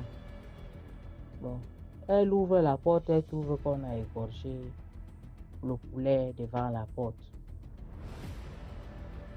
Ainsi de suite, l'autre encore, quand elle sort, elle trouve le chat qu'on a égorgé qui est en train de miauler. Le chat n'est pas mort. Ainsi de suite, quand elle part dans son bureau, elle part au travail, elle trouve que des fois il y a le sang dans le bureau, il y a personne qui a l'accès à sa clé, elle trouve mystiquement sur ses dossiers qu'il y a le sang. Ou des fois elle trouve quelque chose qu'elle voit quand elle est en train de travailler, elle voit comme l'ombre. Il y a des fois qu'elle se lève comme ça le matin, elle perd la vue. Ça continuait comme ça. Bon. Comme elle aussi, elle était une famille chrétienne, mais elle s'est convertie à musulmane. Elle est devenue musulmane. Bon, c'était devenu qu'un problème que on lui a mis. Elle devenait que elle buvait trop, elle sortait la nuit. Ça lui a fait comme un trouble mental. Si elle ne boit pas, elle ne se sent pas bien. Bon, ainsi de suite. Et nous aussi, les enfants, on ne comprenait pas. On disait peut-être que elle hallucinait ou bien c'était la folie qui entrait sur elle. Bon, avec ça aussi, on la supportait. On ne pouvait rien faire à part prier et l'aider à l'accompagner. Bon, il y a un temps, c'était dans les trucs de... Ça a pris au niveau de 2018 ou 15 comme ça. Donc, il y a son petit frère qui est quitté de Yaoundé. Celui qui ne prenait même pas part de ses nouvelles, ni de nos santé, ni rien.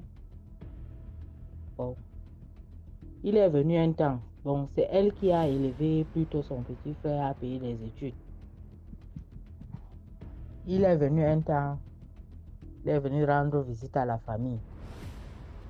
Quand il est venu rendre visite à la famille, il vient avec les fruits, le plantain et l'avocat. Bon, dans le plantain qu'il emmène, il y a 6 doigts. Dans les 6 doigts, on a enlevé un.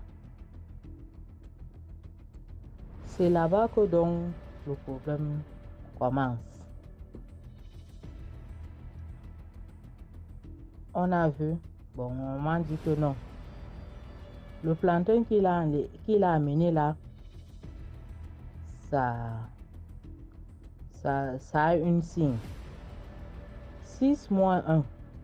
Bon, ce qui est là, notre oncle cherche à tuer parmi nous.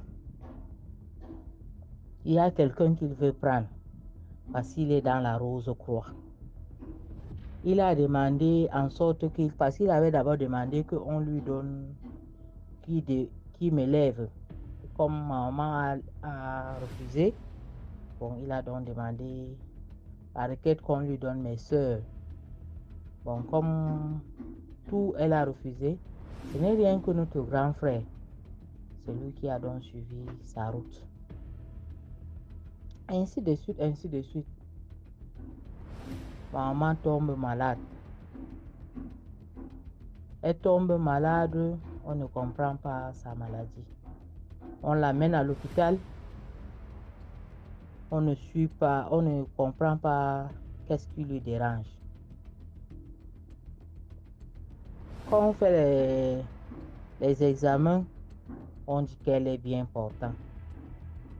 Bon, on disait que bon, il y avait les trucs qu'on cherchait comme les trucs, les remèdes traditionnels, on lui donnait. Bon, ça commençait déjà à aller. Bon. Il y a un moment que j'étais partie en vacances, comme j'étais déjà mariée. Je suis partie en vacances pour voir d'autres enfants, mes soeurs. Je suis aussi allée avec les enfants. Quand elle me voit, elle est joyeuse, elle danse, ainsi de suite. Bon, en faisant comme ça, ils disent que c'est moi qui est dans la secte. J'ai pleuré, c'était devenu que mon nom était partout. Partout où ce que je passais, c'était de moi qu'on parlait. Mes cousines, mes tantes, personne ne me met. Bon. Un fut un temps comme ça, elle est sortie, elle m'a dit je vais les mêler de pistache. Je lui ai dit que oui. Elle m'a dit que d'accord chérie, je t'amène les mêles de pistache. On vend ça au Carrefour. Je ne peux pas te donner le nom du village ou du quartier. Parce qu'on risque de me reconnaître. En rentrant donc avec les pistaches en main, elle fait l'accident avec mon papa. Donc quand ils font l'accident comme ça, on la relève. Mon papa qui avait tellement les blessures, on ne savait pas que c'était elle qui devait mourir. On avait cru que c'était mon père. Parce que c'est lui qui était tellement blessé. On a donc vu au niveau de sa cheville, du genou, pardon. Au niveau du genou là, ça se coupait. Je ne sais même pas comment indiquer. Tu peux mettre la main comme ça au niveau de la cheville, du genou là. Ça descend jusqu'au niveau de du genou. Bon. En faisant comme ça, donc, je l'amène à l'hôpital. On court la blessure. Et je lui mets sur traitement. À un moment donné, ma tante vient. Parce qu'on ne s'entendait pas tellement avec ma tante. Elle vient donc. Elle nous trouve à la maison. Elle me dit que comment je peux... Pourquoi je pars avec elle à l'hôpital? Il faut que je la laisse à la maison. Je lui ai dit que non. Ma maman, elle est tout pour moi. Je ne peux pas la laisser que j'ai l'argent, je ne peux pas la soigner. Bon, il y a un moment qu'elle dit que elle ne ressent pas sa langue. J'ai donc pris le taxi. Je l'ai mis dedans, on l'a amené à l'hôpital. Je ne sais pas, donc en courant dans les salles pour chercher l'infirmier, on me dit qu'elle n'a pas le sang. Et DMG. Donc comme ça, je cours, je passe ouvrir une salle. On me dit que la salle est réservée. DMG, je ne savais même pas comment faire. Bon, j'ai essayé de proposé qu'on lui donne, même si ce sont les salles communes. On a complètement refusé. Bon, on a donc supporté comme c'était un dimanche. On a donc supporté. Nous sommes rentrés à la maison. Rentrée à la maison, ma tante, au lieu de rentrer chez elle, elle est là chez nous. C'était devenu qu'elle était tellement bizarre. On ne comprenait même pas ce qu'elle cherchait à faire. Bon, on ne pouvait pas donc la chasser. C'est la petite sœur de à un moment. On a supporté. Un moment donné, ma maman comprend que les yeux là sont en train de partir. La langue est devenue blanche. En ce temps, ma tante vient, elle dit qu'elle est en train de préparer. Elle prépare les pommes. Elle me donne, elle dit que c'est moi seulement et ma maman qui va manger les pommes. Elle m'a servi dans le plat, elle me dit de manger. Donc, je prends en vouloir manger, ma petite soeur m'appelle. Elle me dit que je viens voir comment la maman est en train de faire. Elle dit que peut-être elle a faim, comme elle n'a pas mangé toute la journée, toute la matinée, il va falloir qu'on lui donne. Donc je lui ai alors donné mes pommes. En mettant les pommes, elle a soulevé les yeux. Il y avait sa petite soeur, elle est venue. Elle a donné les pommes. Elle a commencé à rejeter. Elle a d'abord mangé 2 ou 3 cuillères. Elle a commencé à rejeter. On voit que les pieds et les mains sont devenus glacés. La langue est devenue blanche.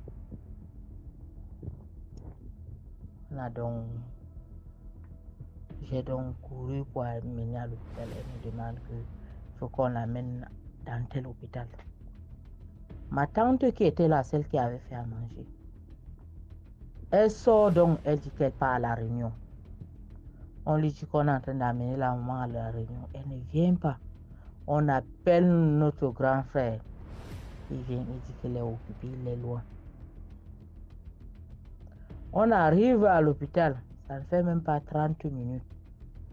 On nous annonce que notre maman est décédée. Notre grand frère vient avec ma tante, celle qui était à la réunion. Ce qui m'étonne dans tout ça, il ne pleure pas.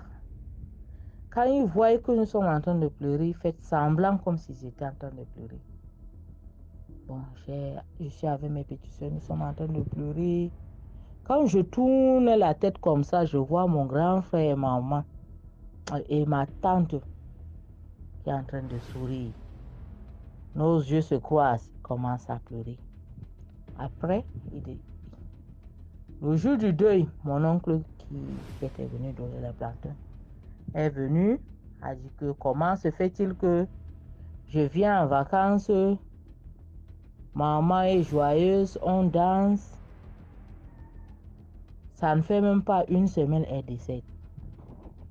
Ils ont commencé à m'insulter en disant que je suis dans la sorcellerie, je suis dans une secte.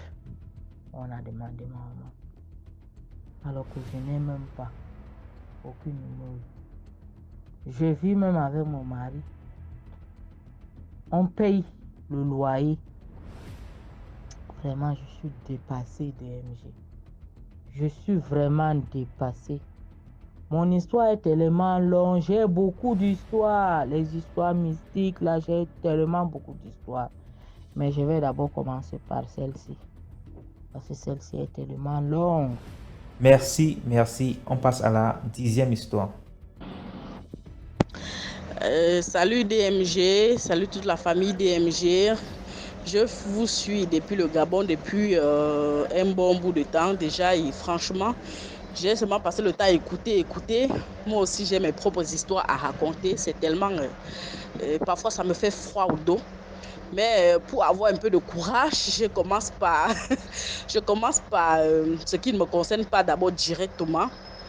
Et comme ça, à mesure, je vais avoir le courage de retirer tout ce que j'ai déjà vu enregistrer avec mes yeux, quoi. Donc, je remercie vraiment le travail que vous faites, DMG. franchement, c'est du ouf. Il y a vraiment de l'école dedans. Ça, c'est vraiment de la bonne école. Donc, je vais vous raconter rapidement 2 histoires en une, parce que les deux concernent une seule maman. Donc, c'était une maman, cette maman-là, c'était la mère à la camarade de ma mère. Elle était mariée dans notre village, mais elle n'était pas de notre village, elle était du village voisin. Elle était mariée chez nous. Donc, quand elle est arrivée, elle a eu d'abord un enfant. Après, elle a eu le deuxième. Le deuxième, malheureusement, il est parti. Donc, elle est restée avec un seul enfant, la camarade à ma mère. Donc, mais c'était un peu ennuyeuse pour elle. Elle ne pouvait pas prendre soin d'une seule. Donc, elle se sentait faible. Elle a donc commencé à demander les enfants. Bon, comme on avait dit, elle ne peut plus avoir d'enfants. Elle s'est sentie comme une mère qui n'a jamais eu d'enfant. Avec un seul, avec toute son énergie, elle ne voulait pas prendre soin d'une seule. Elle ne parvenait pas, ça lui donnait un peu la paresse. Elle a demandé les enfants. On l'a envoyé les enfants. Sa coépouse, sa propre coépouse. Elle a demandé à son mari si elle pouvait aussi envoyer 2 enfants. Il a dit oui, il n'y a pas de problème.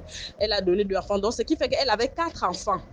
Elle avait l'enfant de sa soeur, elle avait sa fille et 2 enfants de chez sa coépouse. Donc, elle vivait avec les enfants.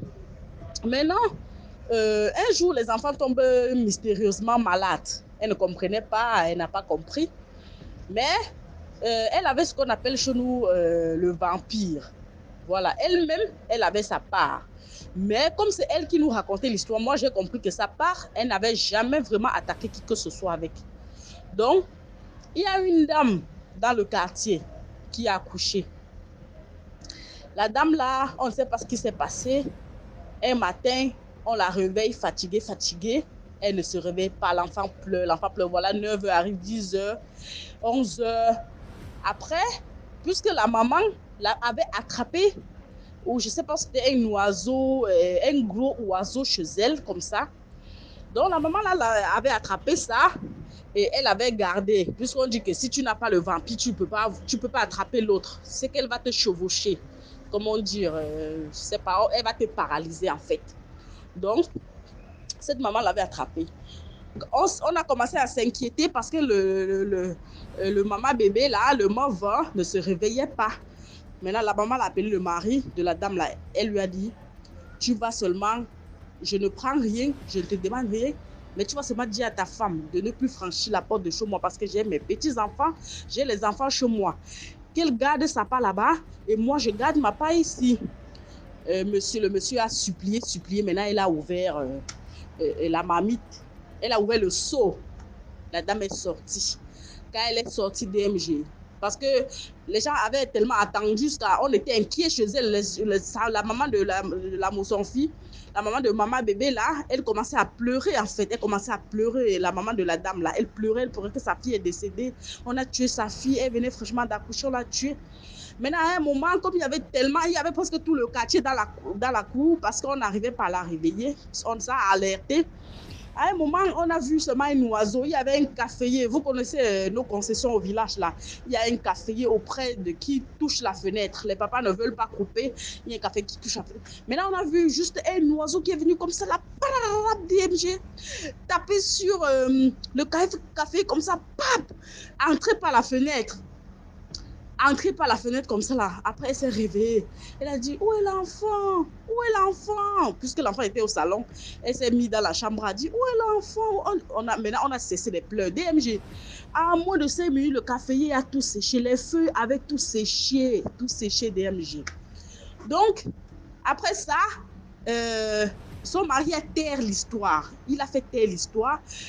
Personne n'a su exactement ce qui s'était passé. Mais quelques temps après, puisqu'on ne comprenait pas, il y avait toujours une autre dame dans le quartier. Elle avait ses 3 enfants. Maintenant, la maman là, je ne sais pas franchement ce que les gens voulaient plus ou c'est parce qu'elle venait du village voisin, on la voit, elle était toute tranquille, elle n'attaquait personne, sa voix, elle n'avait même pas une grosse voix, elle parlait tout doucement, elle était très douce la maman là, puisque moi-même je l'ai bien connue. Elle était très douce. Donc peut-être ces gens-là, les sorciers là, voyaient en elle une proie, mais sans savoir qu'elle-même aussi, elle avait le pouvoir de se protéger. Voilà, il y a une dame là avec ses 3 enfants. À chaque fois que la maman là, elle préparait, les dames, le matin, elle va se réveiller pour chauffer la nourriture pour que les enfants mangent avant d'aller à l'école. Mais elle va trouver la nourriture qu'on a mangée, ça a diminué. En plus d'être diminué, on a le dessus, c'est comme si on a pétri, comme on pétrissait la boule là, DMG. Donc c'est comme ça, elle ne comprenait pas. Un matin, un soir, quand les enfants sont allés dormir, bon, de temps en temps, elle se disait, bon, peut-être les enfants, quand ils ramassent la nourriture, comme ils sont les enfants, ils ne maîtrisent pas, ils ramassent un peu partout au-dessus. Mais un soir, quand les enfants sont endormis, la nourriture était finie, elle a sauté du riz. Parce que DMG, quand vous faites mijoter la nourriture, ça n'a pas un niveau. Quand je parle les dames, elles savent de quoi je parle. Quand la nourriture a mijoté et qu'on n'a pas ramassé, ça a un niveau, c'est resté à un niveau. Elle a fait mijoter le riz comme ça, elle a laissé, elle est allée dormir.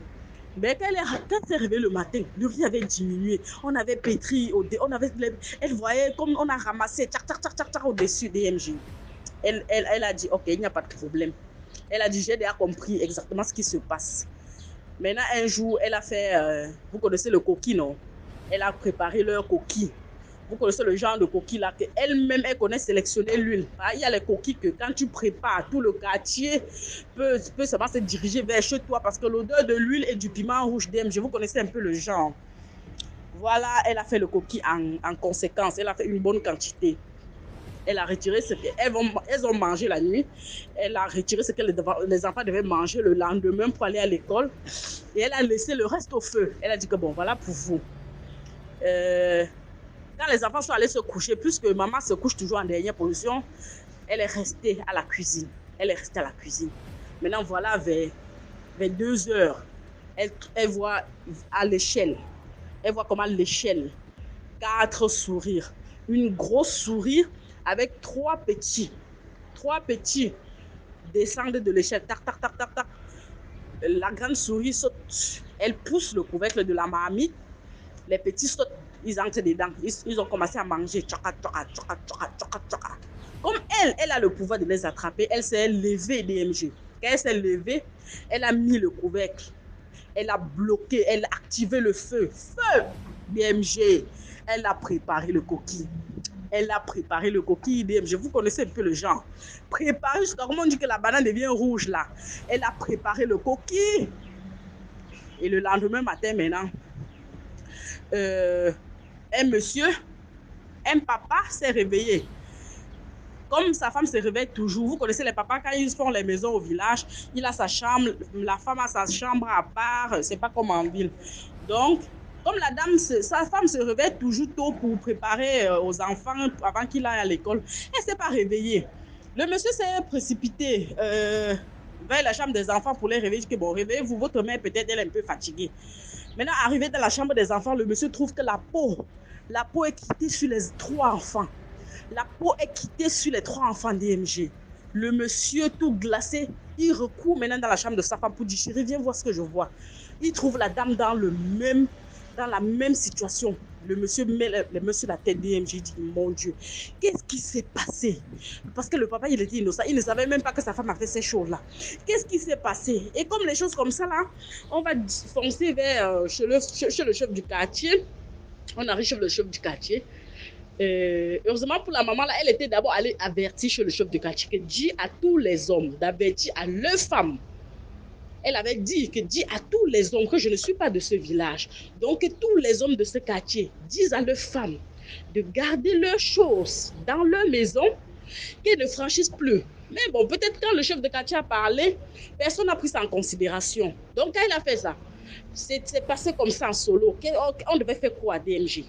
On ne devait rien faire. Le chef de quartier a compris. Maintenant, quand on a crié, les gens sont arrivés, on a trouvé la femme et les enfants, tous, comme on dit chez nous là, la peau était quittée. On les a enterrés, on a fait les trucs là, on a balancé dans les trous.